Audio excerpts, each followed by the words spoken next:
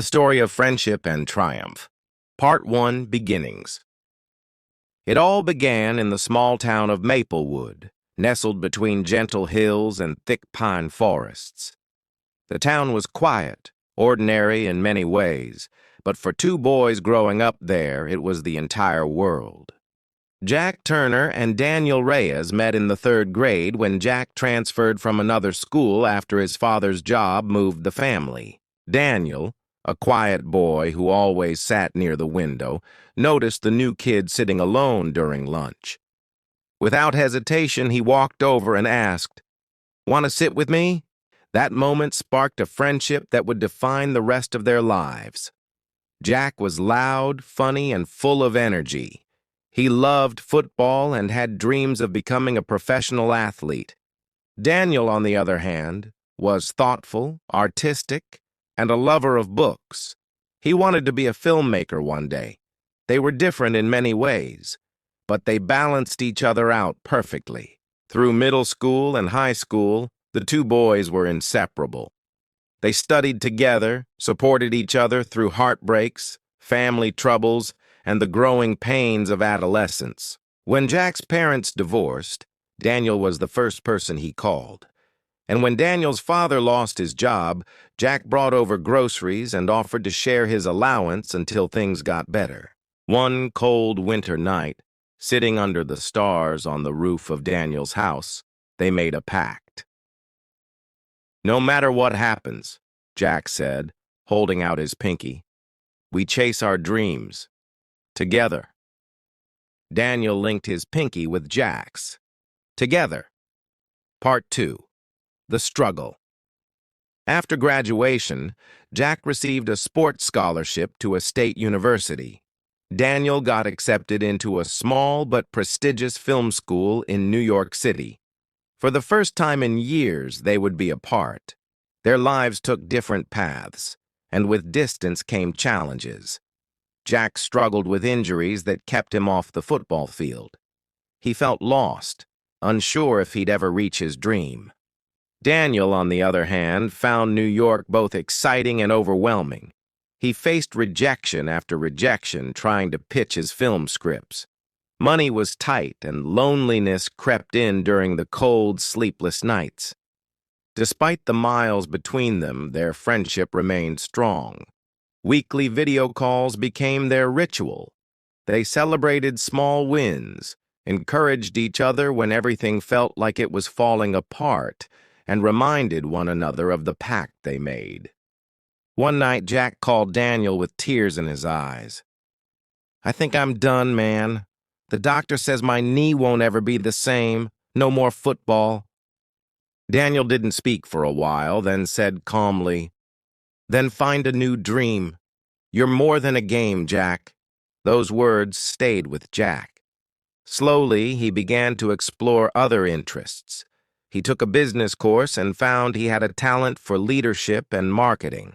While it wasn't football, it gave him a new sense of purpose. Part 3. Turning Points. 2 years after Jack's injury, he graduated with a degree in business administration.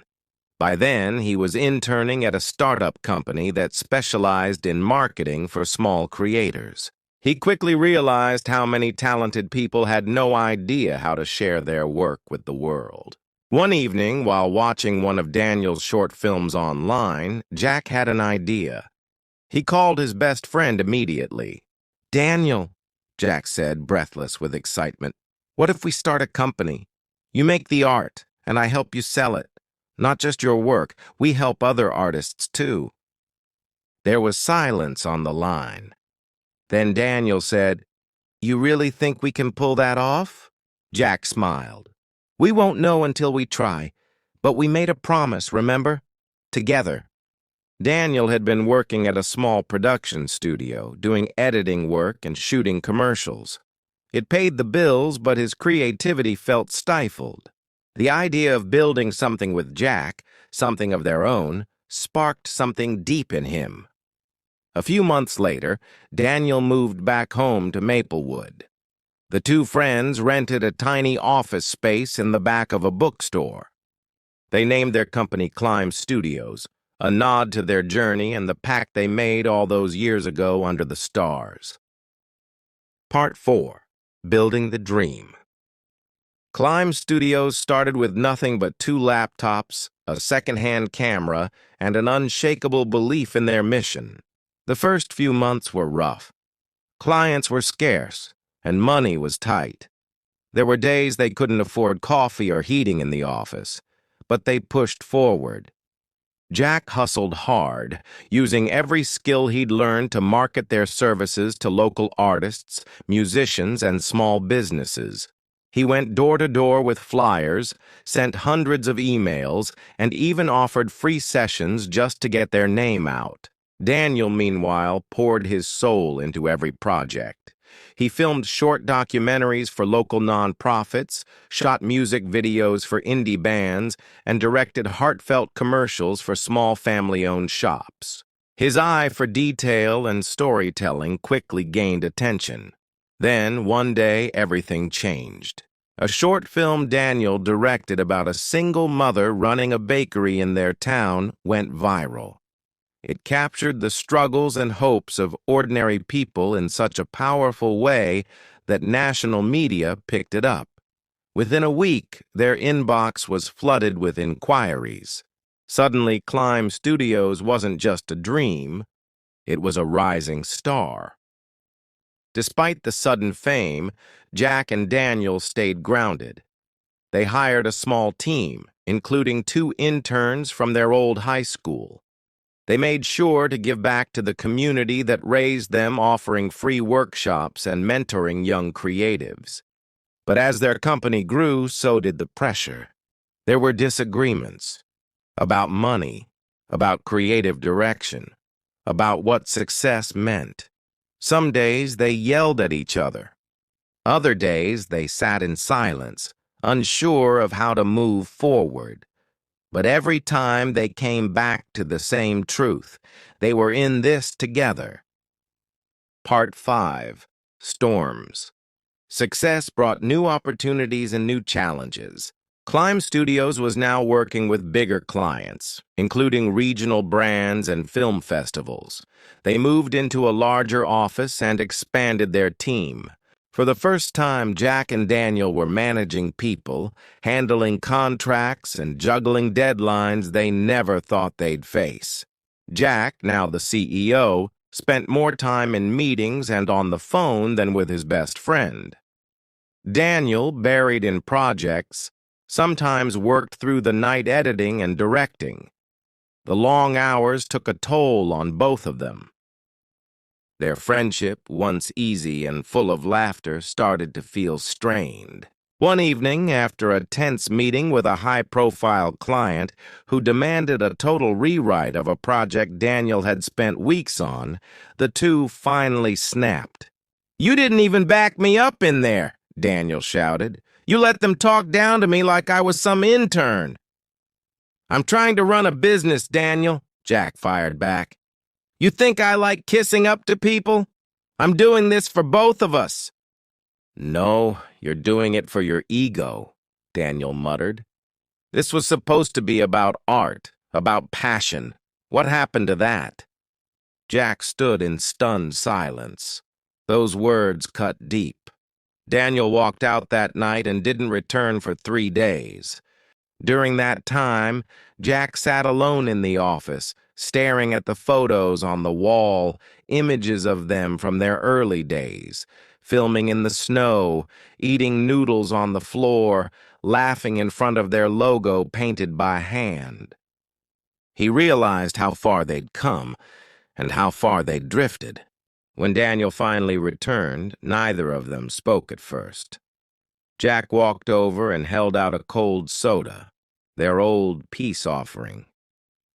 Daniel took it, opened the can, and said quietly, "I miss my best friend." Jack's voice cracked. "Me too." They sat down and talked for hours, about pressure, about fear, about the weight of dreams when they finally start to come true. They made a new promise: to communicate, to support one another, and never let the business come before their bond. That night, they didn't just save their company, they saved their friendship. Part 6, Triumph. 2 years later, Climb Studios was a national name. Their work had been featured in major festivals, and Daniel's latest short film won an award at Sundance for Best Emerging Director.